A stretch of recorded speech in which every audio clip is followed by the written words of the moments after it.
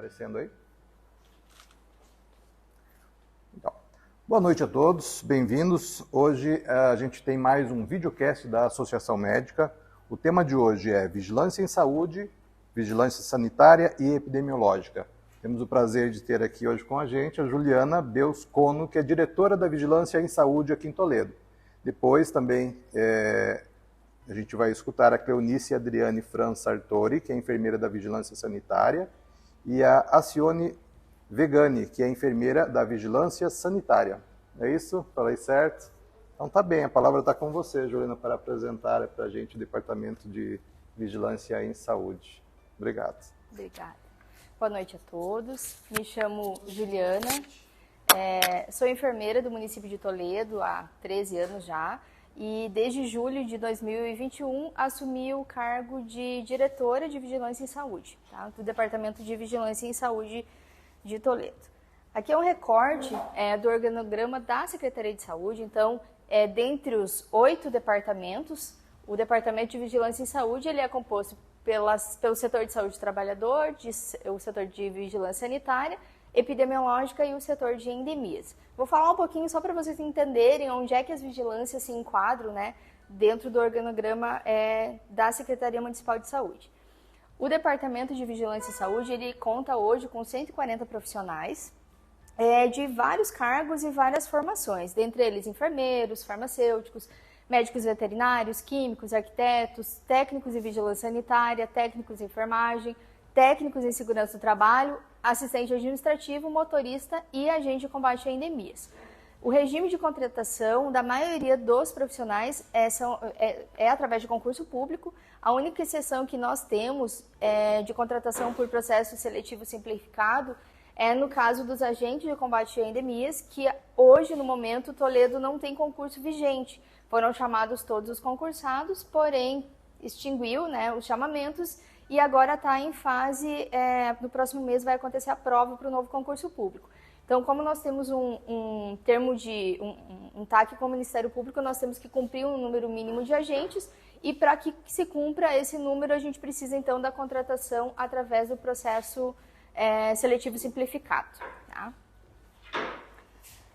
Vou falar um pouquinho, então, bem brevemente, da distribuição dos setores. Então, o setor de vigilância sanitária, ele é composto pela saúde do trabalhador, que basicamente faz a investigação dos acidentes de trabalho, tá? Principalmente graves, amputações, com óbito, e faz todo o trabalho preventivo de identificação de algumas situações dentro das empresas, das indústrias, para a correção desses problemas que podem gerar um acidente. Tá? Então, através dos termos de intimação, dos documentos de gestão dentro do setor, ele consegue fazer com que a empresa se adeque para que se evite os possíveis acidentes de trabalho. Esse setor de saúde do trabalhador, ele foca muito na questão de construção civil, que hoje em Toledo é o setor que mais está gerando acidentes de trabalho. O setor de produtos e serviços entra toda a parte de vocês, que é hospitais, clínicas, consultórios isolados, enfim, salões de beleza, que entra a questão do serviço, salões de beleza, estúdios de tatuagem, enfim, tantos, estética, né, uma série de serviços. O setor de alimentos, então, basicamente, ele vistoria e inspeciona restaurantes, bares, marmitarias, tudo que envolve produção de alimento. Algumas indústrias de fabricação de temperos, que, né, essa semana, inclusive, eles foram até lá. Tudo que envolve alimentos entra nesse setor. O saneamento, o setor de saneamentos, ele foca bastante na emissão de anuências para desenvolvimento de atividades de piscicultura e suinicultura. Então, a vigilância faz uma análise se naquela região, naquela localização, avalia toda a questão de divisas entre os vizinhos e se pode ou se não pode aquela atividade ali naquele local. E o setor de análise de projetos, que as arquitetas, algumas atividades exigem-se um projeto básico arquitetônico aprovado e elas fazem essa análise desses projetos e para aprovação. Então, tem algumas atividades que se exige a aprovação do projeto. E após a execução desses projetos aprovados, as arquitetas vão até o local após essa finalização para fazer ou emitir o relatório de conclusão de obras, que é basicamente ver se a obra foi executada de acordo com o PBA aprovado. Então, isso é um pouquinho da vigilância sanitária. O setor de combate a endemias, ele é conhecido por ser o setor da dengue, né? Mas não se vê só dengue lá, vê todas as doenças transmitidas por vetores. Então, vai do barbeiro, aí entra dengue, escorpião, enfim, tá? Uma série de trabalhos que é desenvolvido lá, mas como a dengue é o mais expressivo, que aparece mais na mídia, então ele é conhecido como o setor da dengue. Então, os agentes, eles fazem vistorias, seja em domicílio, seja em prédios, em pontos comerciais, industriais, terrenos vazios, enfim, praças, parques, e também em alguns locais que a gente tem como pontos estratégicos, que são locais que o agente tem que passar lá, vistoriar a cada 15 dias, porque são locais de maior risco para a proliferação dos vetores. A partir dessas vistorias, eles executam a Lei 1931 de 2006, que se encontrar algum foco do mosquito, se faz uma notificação, entrega-se um documento, uma notificação dizendo que encontrou tais focos, o número de focos, e se tiver duas notificações que encontrou focos, né, com larvas pupas do mosquito no período de 2 anos, aquele local é multado. Então, tem classificações de gravidade da multa e aquele local é multado.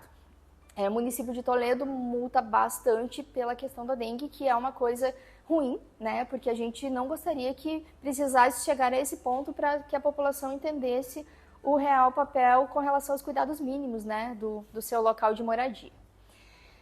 O setor também trabalha bastante nos bloqueios de casos suspeitos. Então, quando tem um caso suspeito identificado pela vigilância epidemiológica, é acionado esse setor e ele vai até o local, faz toda a investigação daquele paciente suspeito e faz um trabalho, um raio de 150 metros daquele caso, para orientar a população e verificar se não tem outros casos suspeitos, porque significa que aquele paciente talvez seja o paciente fonte e está disseminando para os outros. Então, é um trabalho bem árduo, bem cansativo. Época que a gente tem, né, o ano passado fechou em 5.000 casos, né, o ano epidemiológico fechou em 5.000 casos, então eles têm que fazer 5.000 e poucas vezes isso, né? Então, é um trabalho muito moroso e muito cansativo. E além, né, da rotina deles, que é a eliminação dos criadouros, quando eles encontram alguma coisa que é possível descartar, eles fazem a eliminação no momento, ou orientam o morador, depende do que é o local que está acumulando água, orienta o morador que ele deve descartar, a forma que ele deve descartar, e o controle dos mosquitos através da aplicação do inseticida de baixo volume, que é através das bombas costais, que é diferente do fumacê, que todo mundo conhece. Essa aplicação com bomba costal é realizada quando tem os casos suspeitos e está muito intensificado. Então, é uma das formas de ajudar no controle da produção dos animais, tá? Dos mosquitos. O fumacê, ele só é passado na cidade, disseminado, quando se perdeu totalmente o controle. E a gente precisa da liberação do Estado. A gente não pode simplesmente executar. Então, e aí tem a questão que o fumacê, ele só tem efeito se atingir o mosquito alado, o adulto. Então, nas larvas e nas pupas, ele não tem interferência. Então, se pegar no mosquitinho, ele vai morrer. Se não, não morre, tá? Então, a gente entende que não é um método tão efetivo. A gente tem problema com todos os outros animais, abelhas, né? Tem muitos produtores de abelha na região, então a gente tem que programar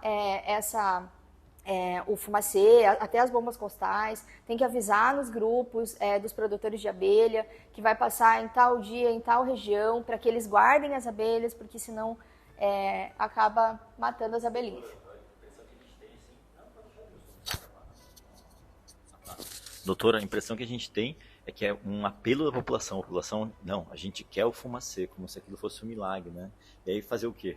Parar o controle do pânico, né? Então não serve para o mosquito, mas ajuda no pânico. Sim, né? sim, a gente vê isso, que por isso que quando eles pedem é porque já não tem mais controle, então eles entendem que aquilo é a última chance, a última coisa a ser feita e que precisa ser feita. E se o Estado não liberar para o município executar, a gente não tem autonomia para fazer. Quem fornece o carro, o motorista, os insumos é o Estado. Então a gente faz o pedido do Estado e espera a liberação deles, que muitas vezes é demorosa. Os pilotos agrícolas até brincam, né? Porque não chama a gente, né? A gente passa com o avião na cidade inteira rapidinho, né? Então mais fácil. Mas a gente vê assim, ó, essa é a visão das pessoas, por exemplo, que não criam abelha.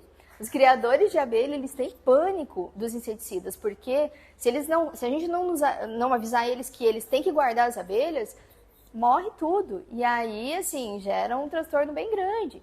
Então, a gente entende que ele é efetivo quando se perdeu o controle, ajuda, mas ele não é a única solução, né? Então, se as pessoas fizerem a sua parte, a gente consegue ter o controle muito antes de chegar ao nível do fumacê, tá?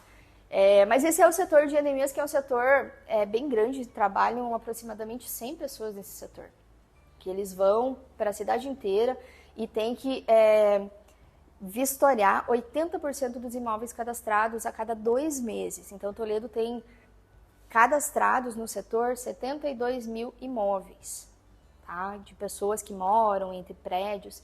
Então, eles têm que fazer 80% desses 72 mil imóveis a cada 2 meses. Então, é um setor muito trabalhoso. Se tiver interferência de clima, para tudo, eles não podem fazer na chuva. Então, depende muito do clima para eles conseguirem atingir essa meta ou não. Basicamente é isso, tá? Agora eu vou chamar a Cleonice para falar um pouquinho da vigilância epidemiológica, que é o setor que ela atua. E aí ela explica um pouquinho para vocês da questão das notificações. A gente vai fazer um bate-papo, vocês vão esclarecendo as dúvidas que tiverem também, que aí a gente consegue ajudar vocês. Talvez o que a gente fale aqui não é o que vocês queiram ouvir, então nas dúvidas perguntem que a gente esclarece.